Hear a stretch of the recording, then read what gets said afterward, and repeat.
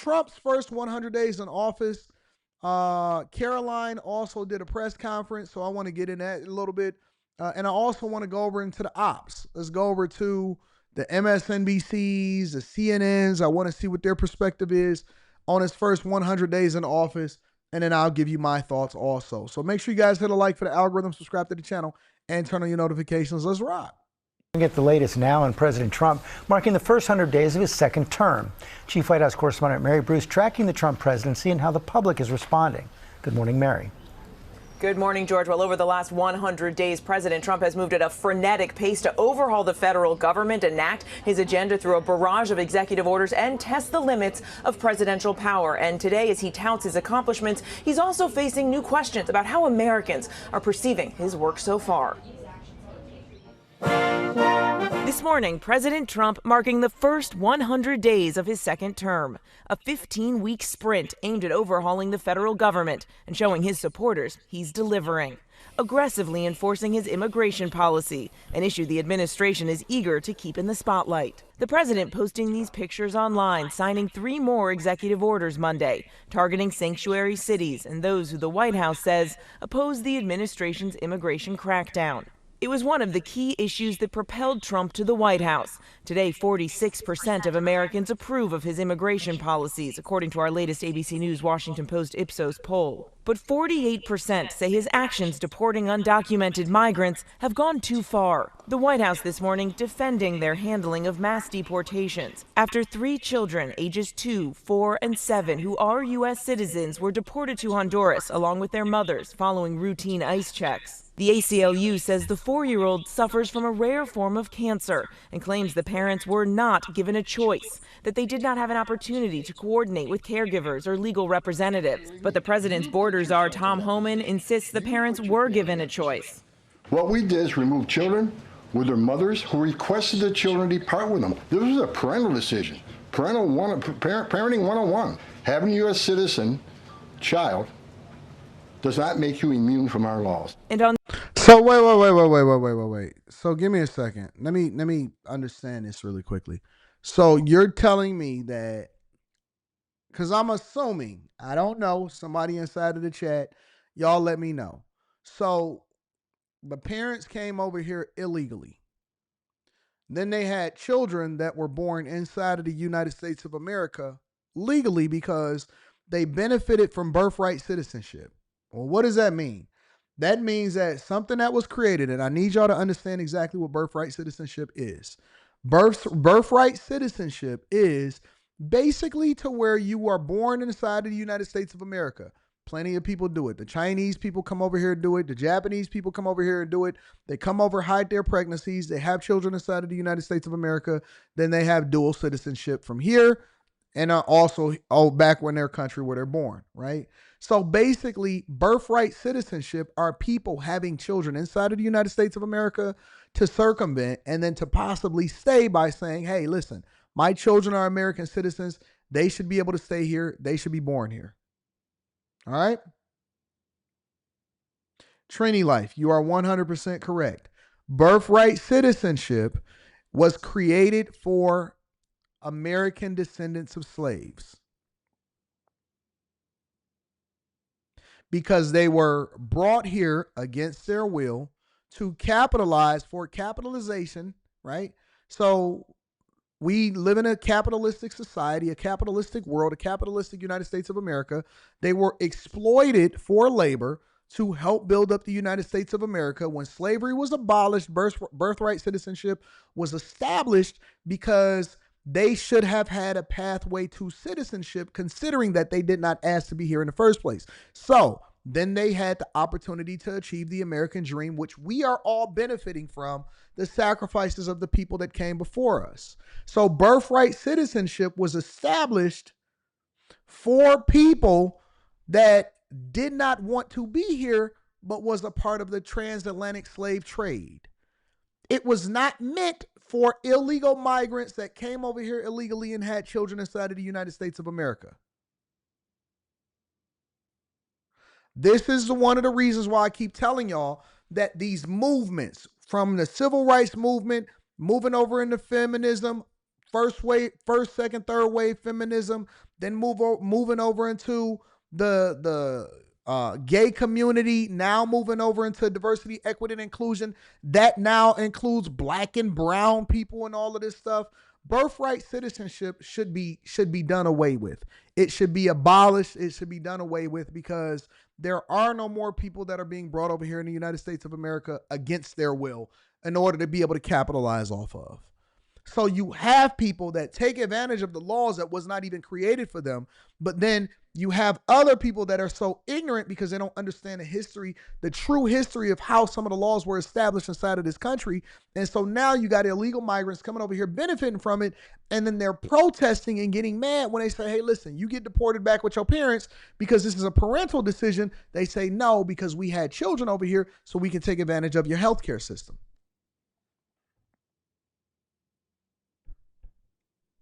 Michael Lyons says, Anton, wake up, dog. Well, first of all, I'm not your dog.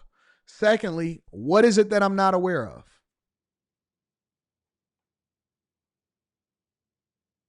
They are deporting all type of people. Somebody in Patterson said, why are they not deporting Japanese and Arabic people? That's a lie. It's a lie. They are deporting these people. How do you know, Anton? Because I live in Detroit, Michigan. Detroit, Michigan is literally on the border of Hamtramck and Dearborn, Michigan. We have the largest population of Arabic people in the United States of America living right here. And yes, ICE is over here working.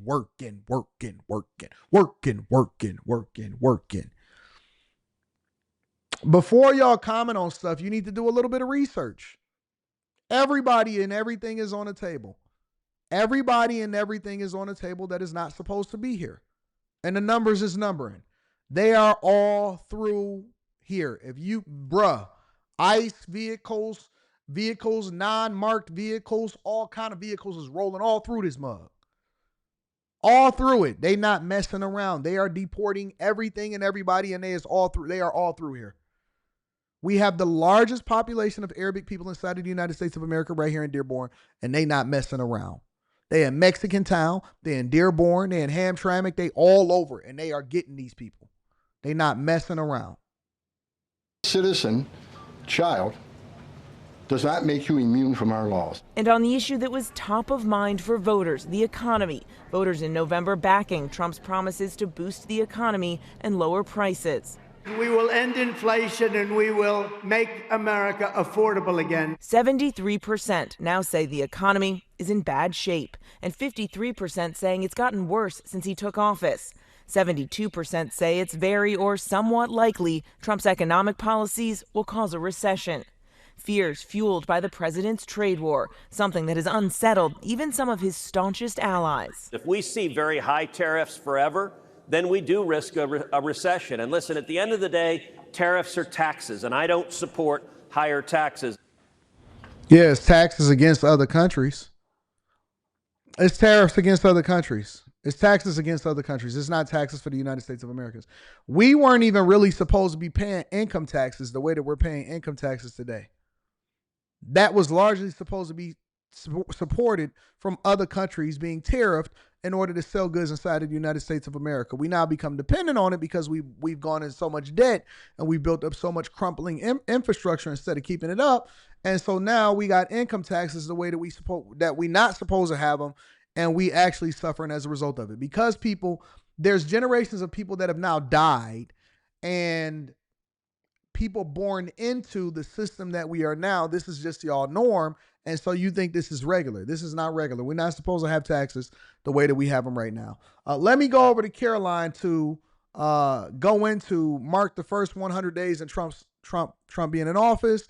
We're going to watch a little bit of this, and then I'm going to give you my conclusion and my grade of what I think. Act criminalizes the publication of non-consensual intimate imagery and requires social media and similar websites. Is he standing on a higher step or something like that? How tall is Scott Benson? Let me see something.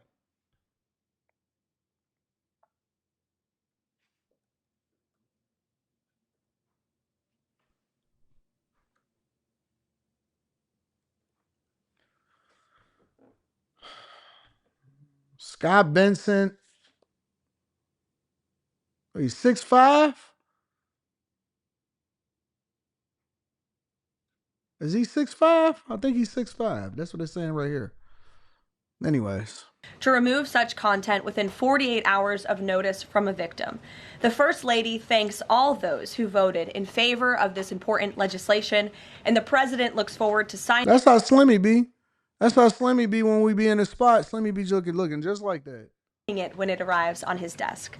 Today officially marks 100 days of promises made and promises kept by President Trump. This has truly been the most historic start to a presidency in American history. After building the greatest economy in the world in his first term as president, President Trump is in the process of doing that all over again. The American people trust in President Trump. Since his first day in office, President Trump has focused on defeating the Biden inflation crisis, bringing down the cost of living, and making the United States the best place in the world to do business, invest, create jobs, and innovate. And President Trump's efforts are working. 345,000 jobs have already been added since the start of President Trump's term. Last month's jobs report saw nearly 100,000 more jobs than economists predicted, and it was the fourth highest month for private payroll growth in the past 2 years. 9,000 manufacturing jobs have been added to the economy already. This is a sharp contrast to the 6,000 manufacturing jobs that were lost each month in the final 2 years of the Biden administration. The U.S. employment rate remains at historic lows. And thanks to President Trump, Americans are seeing price relief for the first time in years. The last inflation report showed the first consumer price decline since the COVID pandemic, a decrease in energy prices, and real average hourly wage growth. President Trump is delivering on his promises to lower costs for American families and businesses. Prices across the board for everyday goods have seen declines since this president was inaugurated. From airfare to used motor vehicles to prescription drugs, prices are dropping. In fact, last month's drop in the price of prescription drugs was the largest ever recorded. And after Joe Biden botched the response to the bird flu, President Trump and Secretary Rollins' aggressive plan have brought down wholesale egg prices more than 50% from Inauguration Day. President Trump ended Joe Biden's reckless war on American energy and fossil fuels and has restored American energy dominance. And Secretary Wright, Secretary Doug Burgum are working hard on that effort every single day. Oil and gas prices are now way down because of this bold approach. Gasoline prices down 7%. Energy prices are also down as well. The Department of Interior just announced a new offshore drilling policy that will boost oil production in the Gulf of America by 100,000 barrels per day. On the deregulation front, President Trump is committed to cutting senseless red tape, especially for America's small business owners who are the backbone of our economy. We know cutting regulation leads to lower costs and higher growth. The mass deregulation effort by this administration will help usher in the golden age of America, which is underway.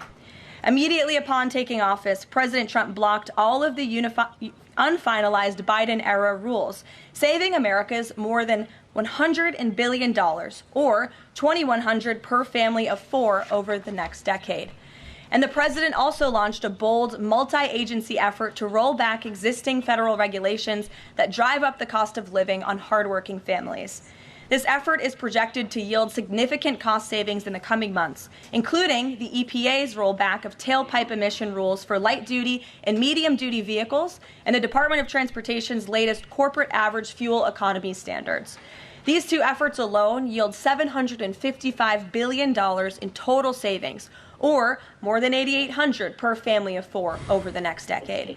In total, the combined savings from all of these actions equal just over $935 billion, or nearly $11,000 in real savings per family of four per the coming decade. The press is not talking nearly enough about the positive impact of President Trump's deregulation campaign. And investments from the biggest companies and countries in the world are pouring in under this president. So far, total investment commitments under the Trump administration have reached more than $5 trillion, including $500 billion from Apple in U.S.-based manufacturing and training, $500 billion from NVIDIA and AI infrastructure, $100 billion from TSMC and U.S.-based chips manufacturing, and the $500 billion private investment by OpenAI, Oracle, and SoftBank in AI infrastructure as well. All of these investment commitments are estimated to generate at least 451,000 new high-paying jobs for American workers and families. At this point, President Trump has secured more investments in the United States of America in 100 days than Joe Biden did in 4 years. President Trump is America's businessman in chief, and that's why these trillions of dollars in investments are flooding to our country. The business community is bullish on America because President Trump is back in charge. Tomorrow, the president will host CEOs and leaders from several companies that have made these investments to tout their historic commitments to our country and encourage others to follow suit. Under President Trump, there has never been a better time to invest in America. And the president finally said enough is enough and refused to allow America and our workers to be ripped off any longer on trade. President Trump implemented powerful tariffs to end the era of economic surrender and to rebalance America's trading agreements. More than 100 countries have already come to the table looking to offer more favorable terms for America and our people. There has never been a president who has created his own leverage like this president, and we are just getting started. Republicans in Congress are getting very close to passing President Trump's one big, beautiful bill, which will include the largest tax cuts in American history, strong border security measures, major military advancements, dramatic deregulation, and common sense spending reforms. As President Trump has said before, the best is yet to come. For more on President Trump's economic successes so far and the plans ahead, I want to pass it off to our incredible Treasury Secretary, Scott Bessent, who is here today, and we will open it up to questions. In our new media seat, we have Brendan Peterson, the financial services reporter for Punchbowl News. Punchbowl News covers power, people. All right, cool. So we got pretty much the gist of what they said his successes were. And then I'm going to also point out some of the failures, right? Because I want to be objective in this whole thing, and I want to have this conversation in truth. I don't want to just have it in a silo. Things that I believe should be pointed out that I don't necessarily agree with. And then I'm going to also point out some things that are that I think that Trump has done well and that I think that he's going to be successful in. The first thing that I want to point out here is that I believe that President Trump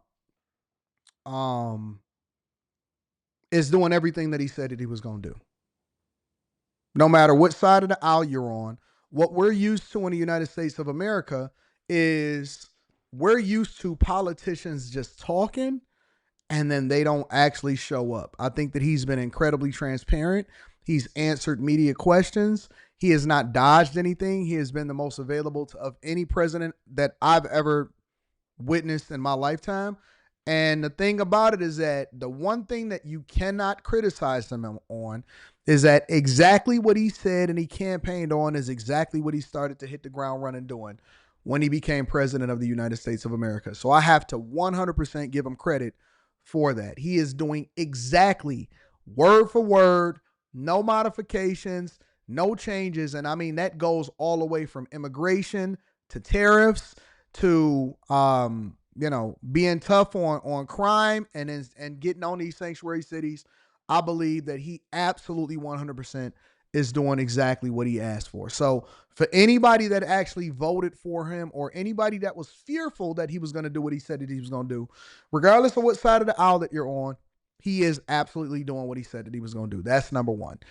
The number two thing that I think that was most important to people at the time was immigration. And he said that he was going to go after anybody that was in this country illegally. He said that he was going to first target the ones that were the criminals and that committed crimes inside of the United States of America. And the second thing that he was going to do is then he said he was going to prioritize those people and then he was going to deport anybody that wasn't supposed to be here. He also advocated for people to self-deport, and he is on they tails. He is on their behinds. He is on them. He is 100% on them. And so I have to give him kudos for executing on a thing that he campaigned for.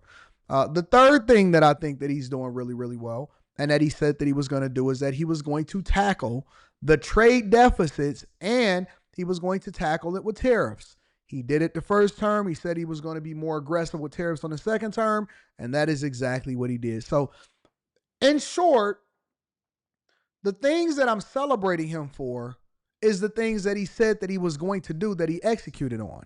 Again, we voted for it.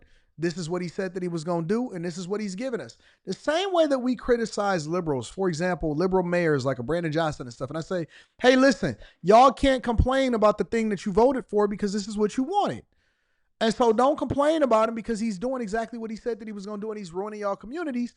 On the flip side, I think that Trump is actually improving the long-term prospects and the success of the United States of America by executing on a thing that he said that he was going to do.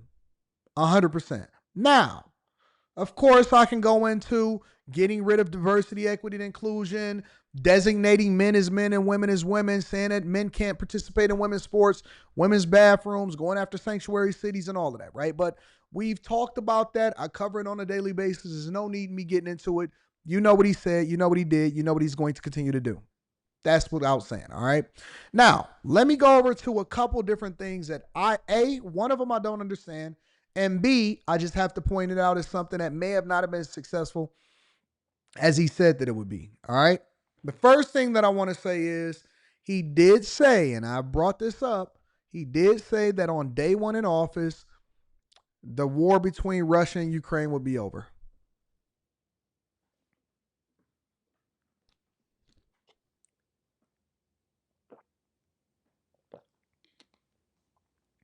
I think that he's working incredibly hard on it.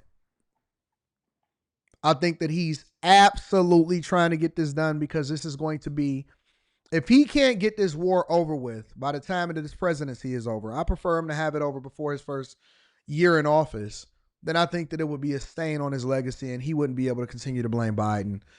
He can blame Biden for the war starting, but he said that he would have the war ended. And I think that world peace is something that's absolutely on his agenda because Trump believes in profitability, not war. And you can't make America profitable through war. So I think that is something that he has not delivered on. And I don't even know why he promised that because there's no way that you can force other countries to do anything, especially Russia. It is a negotiation. And so I think he overplayed a little bit his hand on that, and I have to hold him accountable. The second thing that I do not understand, and nobody has been able to explain it to me, is our support financially, military, everything for Israel.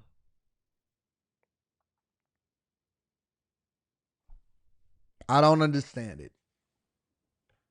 I don't understand it. I do not understand our support for nobody has been able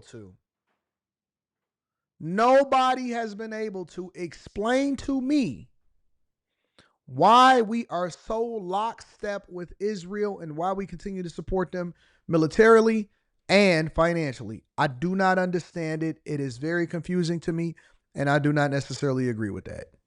But I can't even say I don't agree with it because I don't understand it. And somebody is saying, people tell me all the time, oh, Anton, it's because it's the Holy Land or whatever, so on and so forth. I don't understand it, bro. I don't get it. And so those are the two things. I agree with us having merit-based companies that hire based off of your ability to do the job. I agree with abolishing diversity, equity, and inclusion. I agree with our immigration policies that I voted for, that I held Kamala Harris and Biden against. I do not agree, and I do not understand what's happening with this whole Israel situation because, and let me tell you why it's meaningful to me, is because when we say that America is closed and we're only closed for repairs and we got to do what's best for Americans, why do they then get the benefit? Now, I'm not saying that they should or they shouldn't, but I don't understand it. I am honest enough and transparent enough to say that I do not understand our support for Israel and why we are so gung-ho and lock and step with them.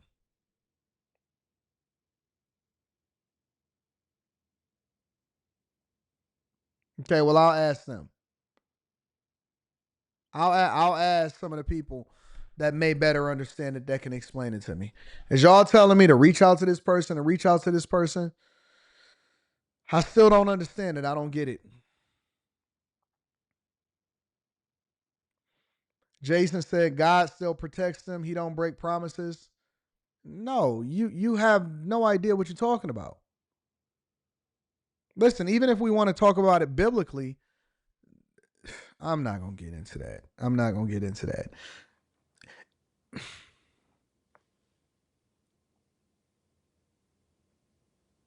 Doge, I think that Doge is doing a phenomenal job.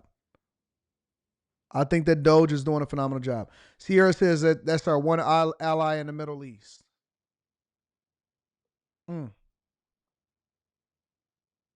Yes, China is suffering bad.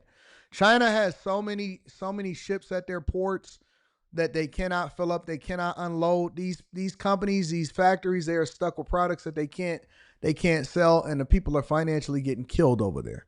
100%.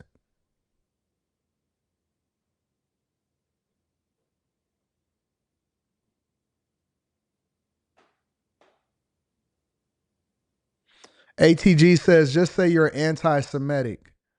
What does that even mean? What does that mean? What are you saying? What does that even mean? Because I don't understand why we're supporting somebody if I'm American first, and nobody has been able to explain it to me thus far in a simple term, a way that I can understand it. All of it, y'all just talking.